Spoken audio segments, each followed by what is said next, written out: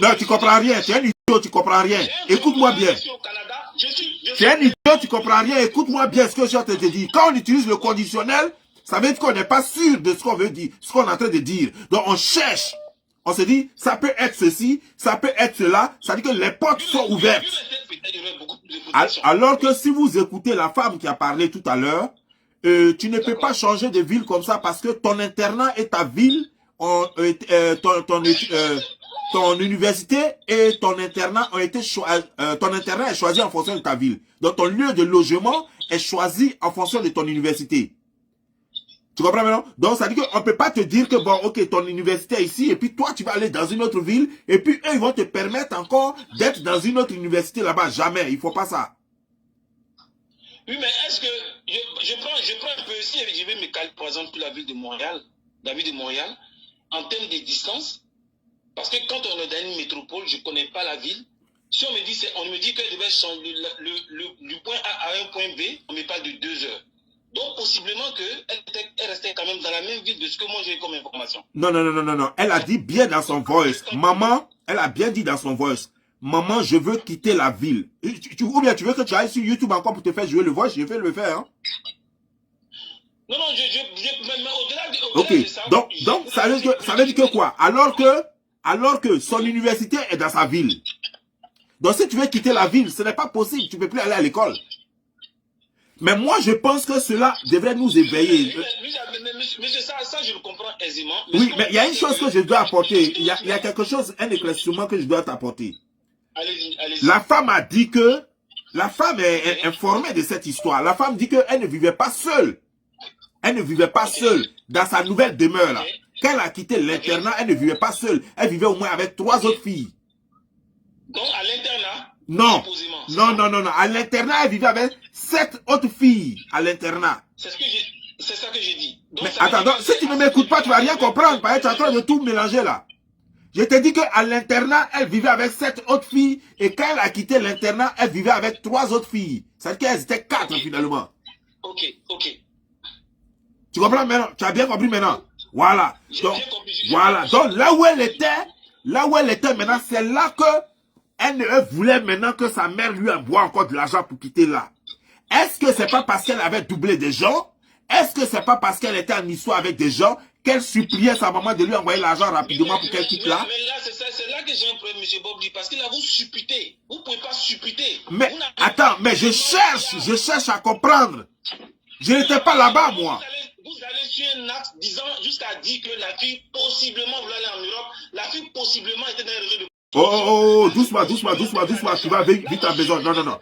Regarde, lorsque quelqu'un parle au conditionnel, c'est du français. C'est parce qu'il faut utiliser ça, le conditionnel. C'est quand tu n'es pas sûr que tu parles au conditionnel. Vous n'avez pas me faire le coup de ça, je comprends parfaitement. Non, tu comprends rien, tu es un idiot, tu comprends rien. Écoute-moi bien. Tu es un idiot, tu comprends rien, écoute-moi bien ce que je suis en train de te dire. Quand on utilise le conditionnel, ça veut dire qu'on n'est pas sûr de ce qu'on veut dire, ce qu'on est en train de dire. Donc on cherche. On se dit, ça peut être ceci, ça peut être cela. Ça veut dire que les portes sont ouvertes.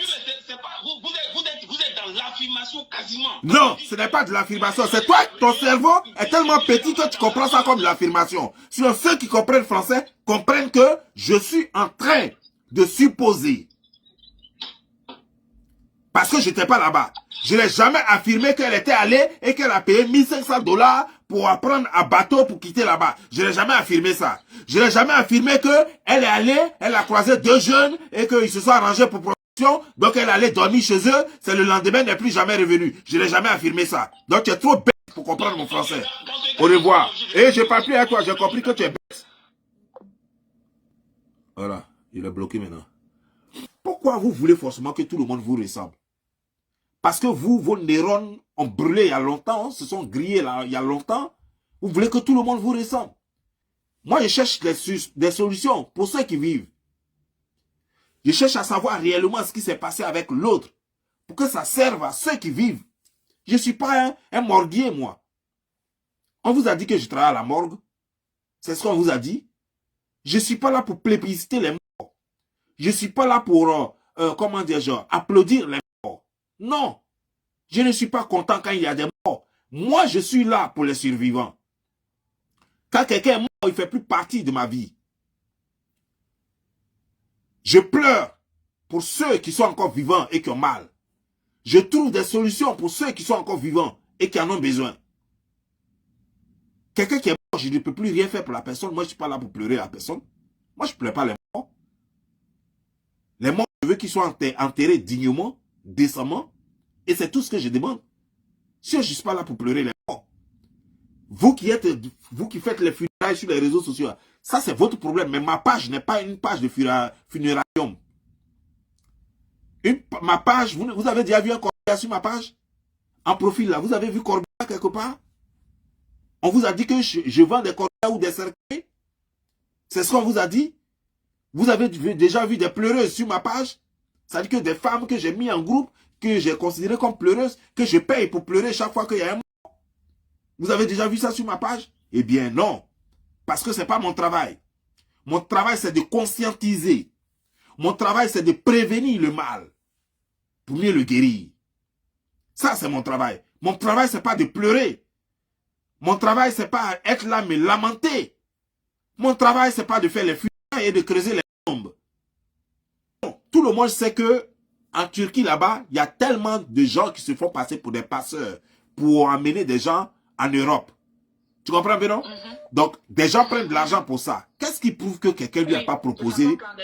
Voilà. Qu'est-ce qui prouve que quelqu'un lui a pas proposé un passage sur l'eau quelque part là-bas et puis elle s'est noyée? Tout ça, c'est des possibilités qu'on voit. Je ne dis pas que c'est ce qui s'est passé, mais c'est des possibilités qui existent là-bas. Donc, nous cherchons des voies et moyens pour que cette mort-là ne soit pas gratuite, pour qu'elle nous permette de sensibiliser ceux qui sont en vie.